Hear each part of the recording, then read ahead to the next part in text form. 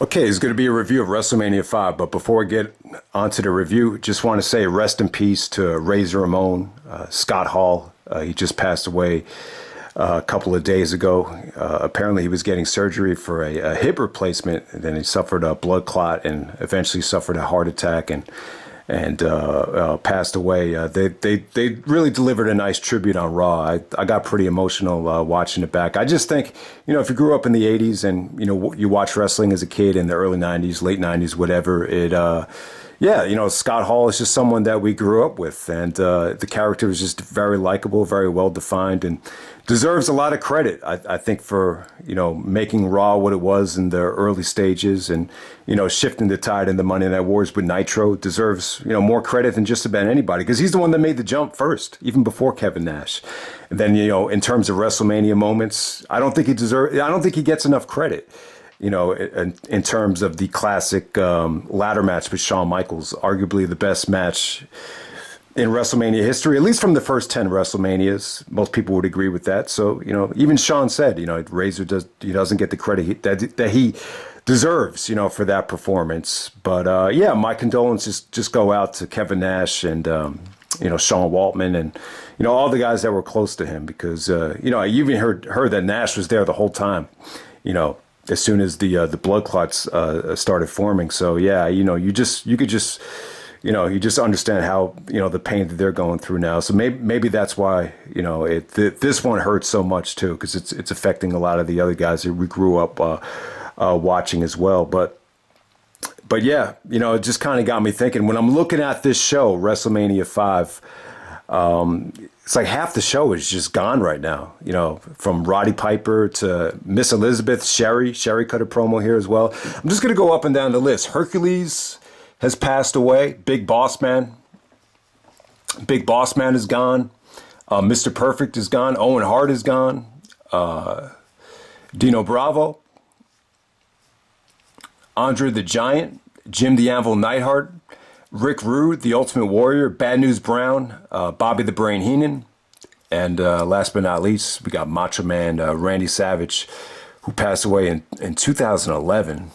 I don't know why that death just feels, I don't know. I just feel a little bit, maybe because I wasn't home when it happened. I don't know, man. That was definitely a tough one. That was in 2011 when Savage passed away. But, it really would be cool if Hogan had another WrestleMania moment. I know Hogan's had, his ups and downs with the last couple of years, but it'd be really cool if Hogan was able to have another, good WrestleMania moment, because I think last year's was kind of a crap way to end it, with him getting booed with Titus O'Neil and everything. But yeah, man, rest in peace to Razor Ramon. I know he's had his ups and downs over the years, but always remember the good side of Razor. And it's just, if you haven't seen it yet, go watch the documentary. WWE Network actually created their own, Scott Hall hub, and put all the documentaries and the matches together. So it's really cool the way they separated it. But yeah, let's get right down to business. This is WrestleMania 5. April 2nd, 1989, Trump Plaza, once again, Atlantic City, New Jersey. I like to, it seems to me like it's not well documented, but I like to know how involved Trump was with the booking of Macho Man versus Hogan. And was WrestleMania 5, like, when they signed on for WrestleMania 4, like, was WrestleMania 5 initially part of the deal? I'd like to know that. It sounds like it wasn't, though. But, the booking here with the Mega Powers exploding, it's definitely one of the best things I think WWE's ever done. So they have a documentary as well on the network, and CM Punk was even, this is one of his favorite things growing up watching as a kid. So, and the buy rate was incredibly successful. They did over 700,000 buys. I think this is the first time where closed circuit television was not associated with WrestleMania. So, yeah, in terms of the buy rate, I think this was the best one that they had done, at least on pay-per-view up to that point. So let's get right down to it. First match of the night, we got Hercules taking on King Haku with Bobby the Brain Heenan. Bobby's all over the show, but yeah, I gotta say this is pretty good with Hercules and Haku. This definitely had a layer of juice and a layer of just excitement that a lot of the the stuff from WrestleMania 4 it just didn't have. I thought Haku was really crisp out there. The fans were really into the feats of strength. And Hercules actually does a backdrop suplex and bridges to get the pinfall. So yeah, I got to say, this is a good way to start off the show. Probably not the ideal opener, but yeah, definitely one of the bright spots, I would say. And I just think from start to finish here, this was just a much better show, just a much better experience. I would say this is a classic WrestleMania, classic main event. I think from start to finish, this was definitely the more positive Trump Plaza experience for WrestleMania. And yeah, I would actually say, I think you could actually argue, the not Flair and Steamboat, but Steamboat and Savage. If it wasn't for that, I would probably say this, out of the first 5 WrestleManias, this might be the best WrestleMania of the first 5. Okay, so next up, we got the debut of Mr. WrestleMania. We got the Twin Towers. We got Akeem. Akeem is actually the one-man gang. I totally forgot about that. But yeah, so this WrestleMania, he's playing Akeem and the Big Boss Man. They're like 400 pounds at the time, huge. They're out there with Slick. And they're taking on the Rockers of Shawn Michaels and Marty Jannetty. So this is Shawn's first WrestleMania. And yeah, you know what Shawn did here? He just brought a layer of excitement and quality that just wasn't at WrestleMania 4. You just see he made both of these big men look good. The Rockers are doing double drop kicks. So in terms of athleticism, you can see the tide really start to change on this show compared to WrestleMania 4. And yeah, I thought they made the Big Boss Man and Akeem look good here. It was short and sweet, but at the same time, it was just it felt like David versus Goliath in terms of tag teams. So yeah, just. It's probably going to go down as, one of Shawn's weaker performances at WrestleMania, but this is kind of like a foot in the door for Shawn. That's how I would kind of sum it up. So next up, we got Brutus the Barber Beefcake taking on Ted DiBiase with Virgil. I thought this was good stuff, man. I thought it was good. I thought there is definitely a sense of urgency here with DiBiase. I think when you look back to WrestleMania 4, you could kind of tell that it bothered DiBiase that the show is, so, I would say, negatively received. So it just felt like he was on a mission here. And Beefcake's punches, DiBiase's selling, I just thought it was intense. It was crisp. And, crowd was hot. Everything was good about this match except the finish. I think this probably would have been the second best match of the night. The finish just kind of was a double count out with them just kind of brawling on the outside of the arena. Ultimately, Beefcake did some fun things with Virgil to send everybody home happy, but ended in a double count out. Just for a WrestleMania, you would have liked to have a conclusive finish here, but while it lasted, I thought both guys definitely brought it without a doubt. Okay, next up we got the Bushwackers taking on the Rougeaus. I would say probably the weakest thing on the night. I think if there's something you could have cut from the show, this would have been it. I think both teams deserved to be on the show. I just think the combination just felt like filler here. So the Rougeaus were actually being cocky, being kind of rough and rugged, not really showcasing their, flips and athleticism like they, normally would. And, they were kind of showboating behind the referee's back. And then the Bushwhackers did their double team thing where, one of the Bushwhackers, takes takes his partner by the head and they just ram each other into the Rougeaus and they got the upset. Jesse the Body was like, this has got to be an upset, Gorilla. So it was kind of an upset, but the match, I would just say the match just definitely came across like filler compared to a lot of the other stuff on the undercard. Okay, so next up we got Mr. Perfect taking on the Blue Blazer. So we got Kurt Hennig's WrestleMania debut, and you got Owen Hart's WrestleMania debut. I got to say, good stuff here, man. This has got to be one of the best WrestleMania matches under 10 minutes. I thought it was that good. They were kind of saying on commentary that, Perfect looked a little lethargic out there. I didn't really get that, though.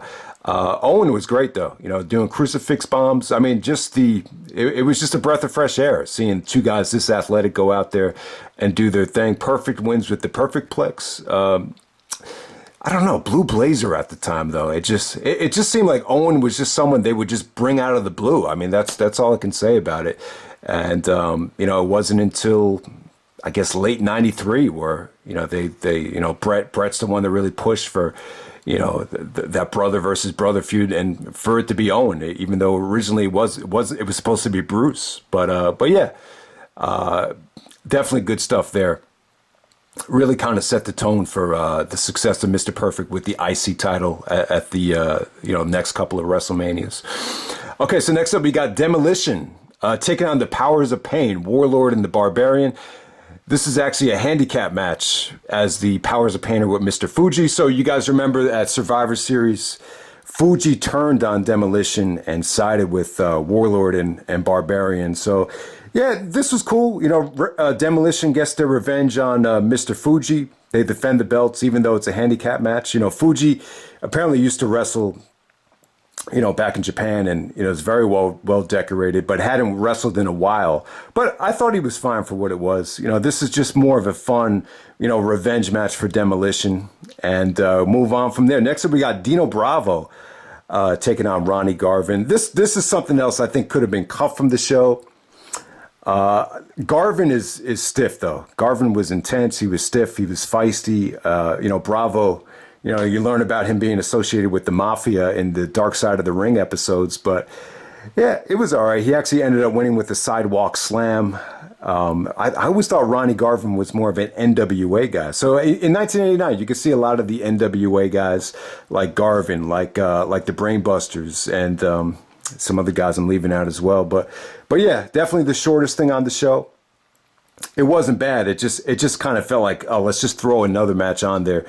But yeah, next up we got one of the best stories of the night. We got the Brainbusters, Arn Anderson and Tully Blanchard, with Bobby Heenan, taking on Strikeforce of Tito Santana and Rick Martel. Yeah, this is definitely memorable. Like, even watching, so I watched the show as a kid on, this was during the day when we were going to the video store like every other day, just trying to, watch WrestleMania tapes from the past.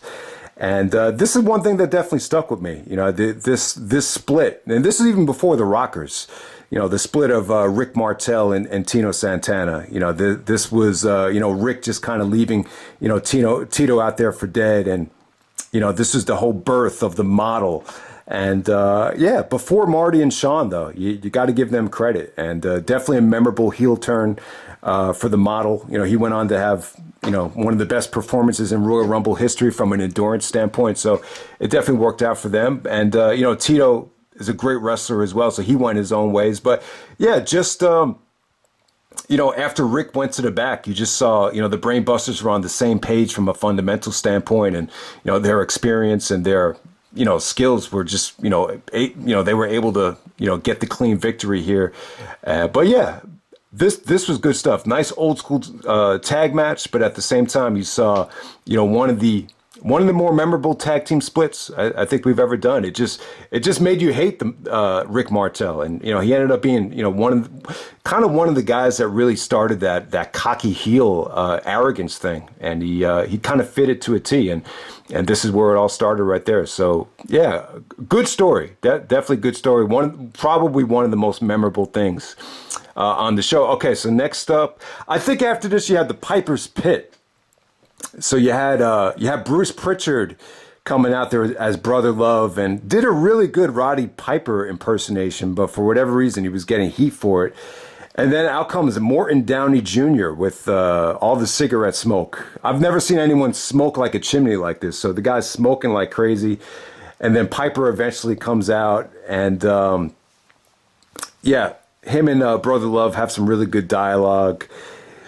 But the most memorable thing of the night, though, one of the most memorable things of the night is just the back and forth between Piper and Morton Downey Jr.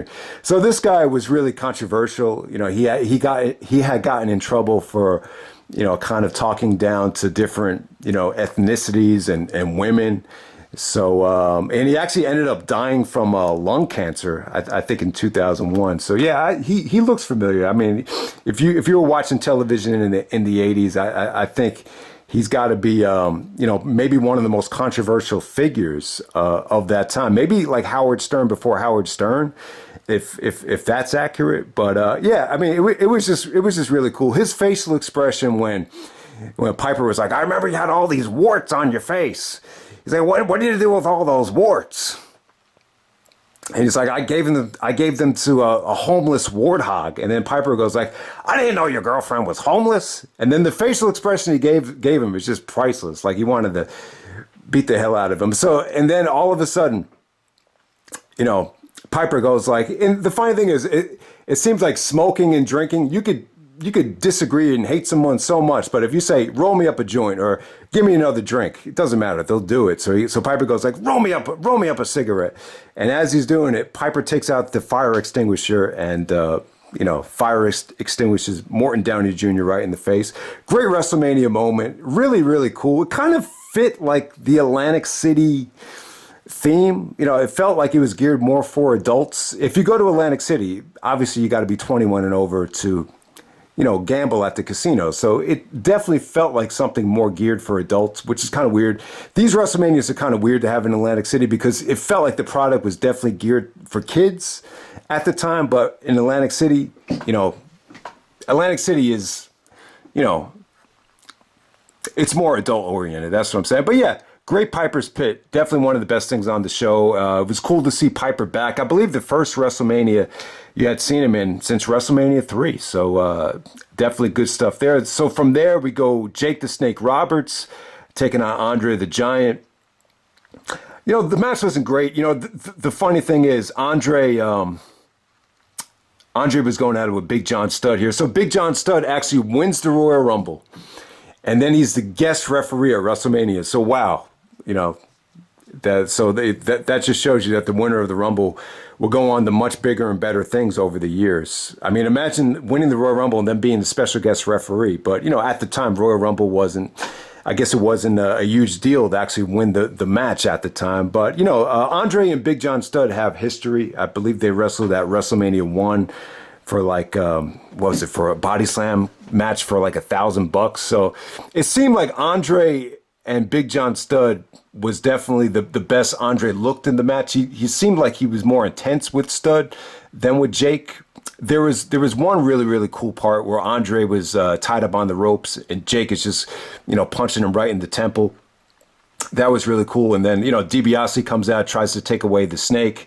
Jake runs, gets it back from him, and Andre's scared of the snake. So the match actually ends by DQ because Andre got too physical with Studd. But yeah, it was just a cool moment to see Jake take out the snake, and you see the larger than life giant, running away from the snake. So it was like, Andre being afraid of the snake was, just a really cool visual, I would say. So next up, we got the Hart Foundation of Bret Hart and Jim Neidhart taking on Greg the Hammer Valentine and Honky Tonk Man with Jimmy Hart. Yeah, you know what? This was definitely good stuff. And I'm going to say this, not the best Hart Foundation showing at WrestleMania. And I was going to say it was the first Hart Foundation match, but that wouldn't be accurate. But first WrestleMania where you get to see the Rockers and the Hart Foundation in a tag team match. So it definitely gave the show some depth.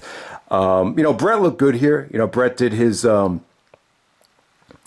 really beautiful counter to the figure four. He was able to deliver some really, really nice suplexes. And Gorilla and Jesse were just like, they've always been just so impressed with Bret as a technician. And I think it was even Jesse Ventura said textbook, just some. And then Jim Neidhart got a hot tag. Valentine was good here. Honky was all right. It was pretty solid. I would have loved for this. He had a little bit more time. Behind the referee's back, they throw the megaphone into the ring. They steal Jimmy Hart's megaphone. And I can't remember if it was Bret or Jim, but they clock Honky Tonk Man with the megaphone. And then Greg the Hammer Valentine, it looked like he actually made the save. It really did. I thought he made the save, but referee still counted the three, and they won the match, kind of in a heel fashion. But I think the fact is Jimmy Hart was so hated. You just wanted to see that megaphone thing kind of reversed on him. So I think that's why the finish worked so well there. So okay, next up we got Rick Rude ravishing Rick Rude, taking on the Ultimate Warrior. So Warrior is actually the Intercontinental Champion here. This had been built up since the Royal Rumble with pose downs and, Rude just doing a lot of dirty things to Warrior. So when Rude came out, there's shots of all these girls with like 80s haircuts and 80s style, hairstyles. And it's funny. Like the show's geared for kids. And Jesse the Body Ventura is like, oh, she wants a rude awakening. You could tell. I'm like, wow.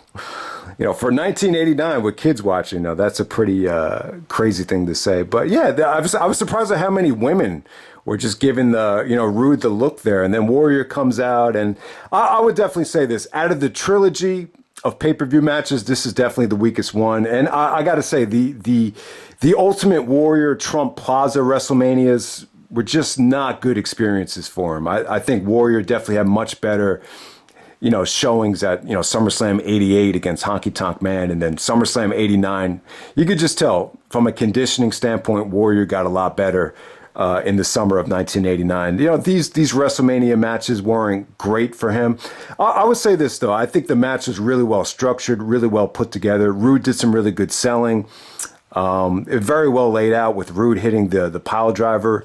And I thought the finish came off good here. So Warrior tries to suplex Rude back into the ring. Bobby Heenan's right outside, and he holds Warrior's foot. So Rude just falls flat on Warrior's face and gets the heel victory and wins the Intercontinental Championship. And it was cool. It was cool because it really kind of showed the hatred, the real life hatred that, Bobby Heenan and Warrior have. It feels like this is where it all started. And even watch the self-destruction of the Ultimate Warrior DVD. Like it seems like Bobby Heenan never got over how much he, just couldn't stand working with the Warriors. So in some ways, the finish has just aged really well because of like all those sound bites there. But yeah, it was cool. I would definitely say this about Warrior, though. There was one spot where he looked like he just botched it because he fell. Like, I don't know what he was doing when he was carrying Rude. He almost like fell into the ropes.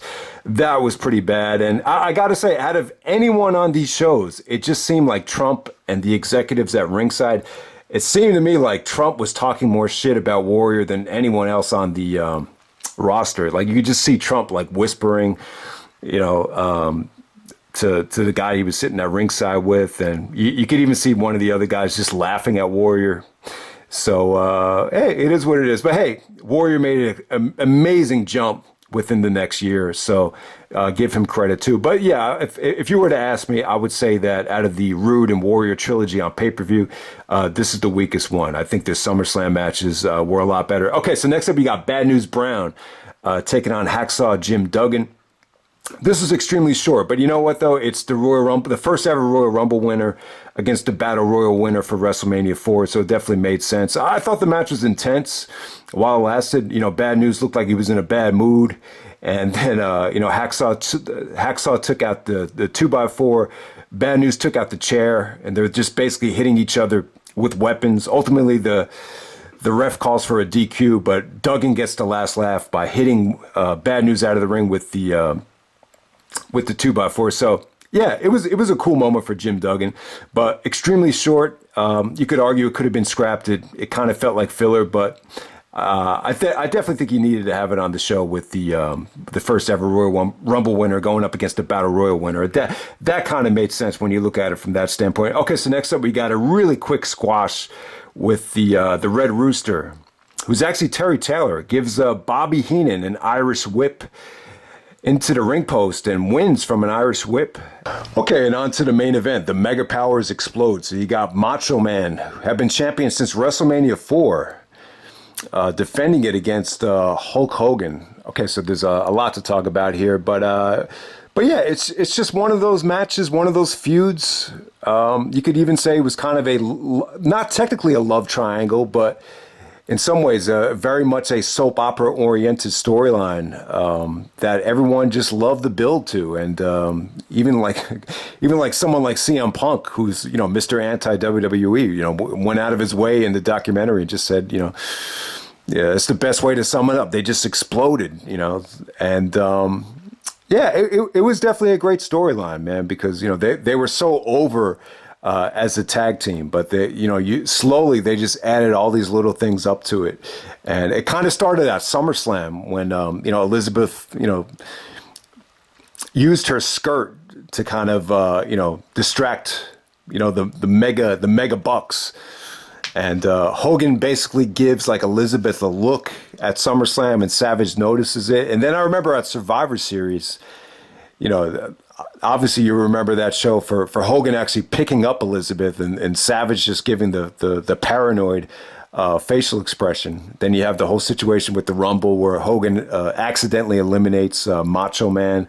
But I'll tell you, the highlight of the whole build-up, obviously things really escalated to another level at the Saturday night's main event when Elizabeth got knocked down after Savage got tossed onto her. And then Hogan actually takes her to the back. And then when Savage gets back there, he's so paranoid and Hogan doesn't even see it coming. And, I believe there was actually a slap from Savage, in a tag team match right before that. But ultimately, Savage turns heel and clocks Hogan with the Winged Eagle belt, backstage. And I got to say that moment, I'm not doing it justice just talking about it now, but that moment was just awesome. Back then, when everybody was watching as kids that grew up in the 80s or that was born in the 80s, they just had these moments. And that was one of them. I'll tell you, the Rockers split was one of them. The Cobra incident with Jake and Macho Man was definitely one of them. But this Macho Man Hogan moment, when Macho Man decks Hogan backstage with Elizabeth, it's like one of those moments that just stays with you. It's like, holy shit. It's like, man, like you're just thinking about it for days. It just has such a huge impact. And I got to give Macho Man credit, man. This is one of the best title reigns ever. And it's one of those reigns where you start off hot as a babyface and then you transition to being a great heel.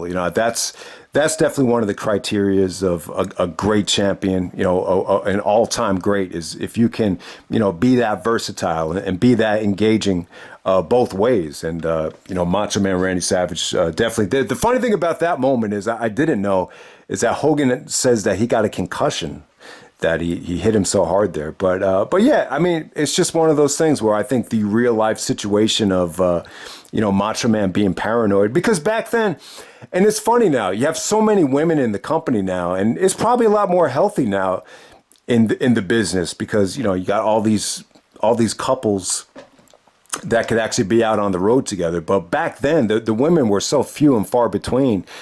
And, you especially when you learn about in the Ultimate Warrior documentary of how he was, he had everything mapped out with a woman in every town, and that kind of led to his divorce. So I'm sure there was a lot of jealousy with Randy Savage that he was able to, bring this, obviously I think Miss Elizabeth is one of the best looking women, I've ever seen. So to have a woman like that in the locker room, I'm sure guys were, dreaming of having sex with her or having a relationship with her or whatever the case may be. So I think anybody would have been paranoid, in that situation. So it was just, they kind of went with a real life angle here.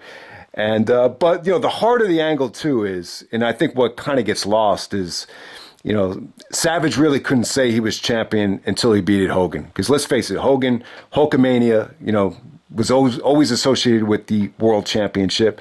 So Savage needed that stamp of approval. And the only way to do was to take on Hogan. So you had these two combustible elements finally meeting at WrestleMania 5. So I'm sure Donald Trump, too, was a lot more happy with the show here. I think, this definitely felt like a main event. In some ways, this kind of... It really had a feel of, man, this is almost as big and maybe even exceeded, Andre versus Hogan in terms of just fan interest, and really took Macho Man, I think, to another level. I think after WrestleMania 5, Hogan, Savage, and then, shortly after this, Warrior were like, household names. You couldn't go anywhere without talking about, these guys. So that's what I remember about this. And, okay, so on to the actual match. And I'll tell you what about this match. If there's one match that I really want to just give a better rating to, and for whatever reason, you just can't do it, I'm going to give the match 3 3/4 stars. If Is there anybody out there that could argue that Savage and Hogan is a 4-star match? And I could definitely see it. I think the things that kind of hold the match back from reaching that level is, Vince was just all over this match. I mean, there's a couple of near falls where Savage schoolboys him and he hits him with the elbow drop, and Hogan's kicking out at 1. And, you remember the whole WrestleMania 11 fiasco where, they were going to the orders of Vince, wants a strong kick out. So obviously, I'm not even going to speculate. You just know that was a Vince McMahon call, because obviously Hogan's going to win the belt back. And, I'll be honest with you. Yeah, you do need to protect Hogan, but I just think they went a little bit too far with it there. Some of the positives of the match, I thought Savage looked athletic as hell. He looked crisp. He looked hungry. He looked motivated as hell out there. And I thought his strategy was beautiful. He was able to take Hogan down with, really crisp headlocks. And then he was able to actually, make Hogan bleed from just punching him right to the temple, right to the eye. And, Hogan's bleeding throughout the whole match. He's, there was even other parts where he's struggling, breathing because he was, he hit his throat on the turnbuckle. So really, I thought Hogan's selling was great, but it just kind of seemed to me like Savage really dominated the whole match. Savage got good heat too. He got good heat from the fans. He was actually yelling at Elizabeth, kind of using Elizabeth as a shield, which back then was pretty taboo. Especially when you consider, it's Miss Elizabeth. And I got to give Elizabeth credit too. I mean, this is an example of someone who didn't wrestle, didn't really talk, but, was just very effective, because she just had, just that, a pretty girl, but such a sweet, innocent demeanor that anytime she did something, it just meant something. Like when she screamed when Hogan got clocked backstage, it just added so much to this feud. But I'll tell you what, though, so ultimately, Hogan actually hulks out of the elbow drop and does the big boot and the leg drop to put Savage away. Really good ending. Great WrestleMania moment. I will say this. I think Hogan was probably more over in other markets, other venues. I think the Atlantic City the Atlantic City venue didn't really represent how great the crowd was back then, or how over this roster was. Hogan even mentioned this in his book, that he felt like he had to work extra hard to get a reaction out of the crowd. Obviously, because you got, corporate guys out there with suits on. So they had to work a lot harder to get the reaction back then. So it doesn't, I didn't really feel like this is Hogan in his prime in terms of crowd reaction. And, Savage had a lot of support out there as well. This is definitely a situation where it's a heel turning heel, but what he's doing, he believes that he's actually the good guy. So it's an interesting way of looking at it, because Hogan's the one that took Elizabeth backstage, but Savage is the one that's a little bit paranoid. But hey, Savage is noticing that, Hogan is the one that's eyeing up his woman. So, if anyone's wrong, it's the situation. It's Hogan. Hogan's the one that has lust in his eyes, as Savage would say. So it's a pretty interesting dynamic when you look at it from that standpoint. So it's kind of a heel feeling like he's the one that's being righteous. Which is not always the case when you're trying to get someone, massively over as a heel, especially in this situation. But it just shows you how over Hogan was, that, anytime you crossed up Hogan at this time, you were going to be the bad guy, no matter what. But I'll end the video like this. I would say this. If Savage had kicked out of the leg drop at the end here, that might have been like one of the most memorable kickouts in WrestleMania history. But at the same time, what will be the side effect to it? You could argue that's millions of dollars down the drain to ruin Hogan's finish there. But at the time, no one kicked out of the leg drop. And it's just kind of funny. You think of Hogan as like this, muscular, strong, dude. And, you would just think he'd have a better finish than the leg drop. Maybe something more physical would have been more fitting for his finishing maneuver. But yeah, I got to say, though, this is one of Hogan's best experiences at WrestleMania. It kind of continues the streak of Savage really proving that he's the Mr. WrestleMania, at least within the first 9 WrestleManias. I would say Savage is definitely the best performer when you look at WrestleMania from 1985 to 1993. So yeah, I still think it's a great main event. I want to like it a lot more. there's just there's a lot of things just kind of holding it back in terms of the actual star rating. But yeah, the build up delivered, the match delivered. This was definitely a really fun WrestleMania. Some people have even made the statement that this is a, back of the cereal box WrestleMania where you could just love it. It just kind of brings back nostalgia, childhood memories, and all that stuff. So I could definitely see that. From top to bottom, I would even say this is the best WrestleMania up to that point. Savage and Steamboat really puts WrestleMania 3 over the top. So you want to say WrestleMania 3 has the edge over this, but I think from start to finish, it's just it blows WrestleMania 4 away, and that makes it a success without a doubt. So that's WrestleMania 5, and I'm out. All right.